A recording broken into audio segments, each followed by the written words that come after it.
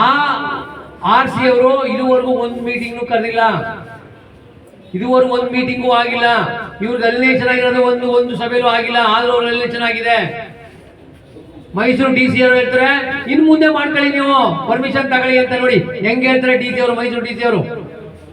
ಹಾಗಾಗಿ ಇವೆಲ್ಲ ಅವೈಜ್ಞಾನಿಕವಾಗಿ ನಾವು MLA ಅವರೇ, ನಾವು ನಿಮ್ ದಂಡಕ್ಕೆ ಬಂದಿಲ್ಲ.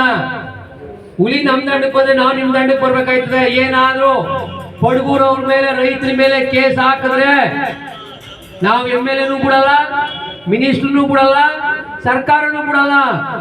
ಏನಾದ್ರೂ ನೀವು ಈಗಲೇ ಮಧ್ಯೆ ಬಯಸಿ ಯಾವುದೇ ಕಾರಣಕ್ಕೂ ರೈತರ ಮೇಲೆ ಹಾಕ್ಬೇಡ. ರೈತ ನಾನು ಫೆನ್ಸ್ ಹಾಕೊಂಡಿರೋದು ನನ್ನ ಹೊಲ ರಕ್ಷಣೆ ಮಾಡ್ಕೊಳಕ್ಕೆ, ನನ್ನ ಬೆಳೆ ರಕ್ಷಣೆ ಮಾಡ್ಕೊಳಕ್ಕೆ, ನನ್ನ ರಕ್ಷಣೆ ಮಾಡ್ಕೊಳಕ್ಕೆ. ಹುಲಿ ಬಂದು ಬೀಳುವಂತ ನಾನು ಹೇಳಿದ್ದ. ಪಡ್ಗೂರು ಎಲ್ಲಿದೆ, ಬಂಡೀಪುರ ಎಲ್ಲಿದೆ.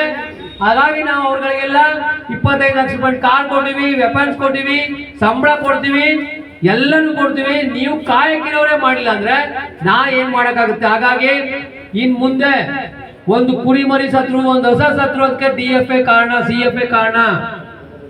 ಹಾಗಾಗಿ ಇವತ್ತು ನಾವು ಪೊಲೀಸ್ ಇಲಾಖೆಗೆ ಕಂಪ್ಲೇಂಟ್ ಕೊಡ್ತೀವಿ. ಅವ್ರ ಮೇಲೆ ಕಾನೂನು FIR ಆಗ್ಬೇಕು, ಇವತ್ತೇ FIR ಆಗ್ಬೇಕು, ತನಿಖೆ ಆಗ್ಬೇಕು, ಅವರು ಜೈಲ್ಗೆ ಹೋಗ್ಬೇಕು. ಜೊತೆಗೆ ಅರಣ್ಯ ಸಚಿವರು ನಾವು ಒತ್ತಾಯ ಮಾಡ್ತೀವಿ, ಇವತ್ತು ರಾಜೀನಾಮೆ ಕೊಡಬೇಕು. ಆ ಹುಲಿ ಇವತ್ತು ಇಡೀ ಜಿಲ್ಲೆಯಲ್ಲಿ 8 ರಿಂದ 10 ಹುಲಿ ಸತ್ತವೆ. 10 ಹುಲಿ ಅಂದ್ರೂ ಇವತ್ತು 30 ರಿಂದ 50 ಹುಲಿ ಸತ್ತಂಗೆ ಎಲ್ಲ ಹೆಣ್ಣು ಹುಲಿಗಳೇ ಸತ್ತಿರವು. ಅದಕ್ಕೆಲ್ಲ ಕಾರಣ ಅರಣ್ಯ ಇಲಾಖೆಯ ನೌಕರರು, ಜೊತೆಗೆ ಅರಣ್ಯ ಸಚಿವರು. ಇವ್ರಿಗೆ ಮಾನ ಮರ್ಯಾದೆ ಇದ್ರೆ ಕೂಡಲೇ ರಾಜೀನಾಮೆ ಕೊಡಿ ಸಿದ್ದರಾಮಯ್ಯನವರೇ. ಇವ್ರನ್ನ ಇಟ್ಕೊಂಡು ನೀವೇನು ಮಾಡಕ್ಕಾಗಲ್ಲ. ಹಾಗಾಗಿ ಈ ಅರಣ್ಯ ಸಚಿವರಿಂದ ಇವತ್ತು Bandipur, Nagarahole, MM hills, Kaveri, BRT ಎಲ್ಲವೂ ನಮ್ಮ ಚಾಮರಾಜನಗರ 4 ವನ್ಯಜೀವಿಗಳು ಹಾಳಾಗ್ತವೆ.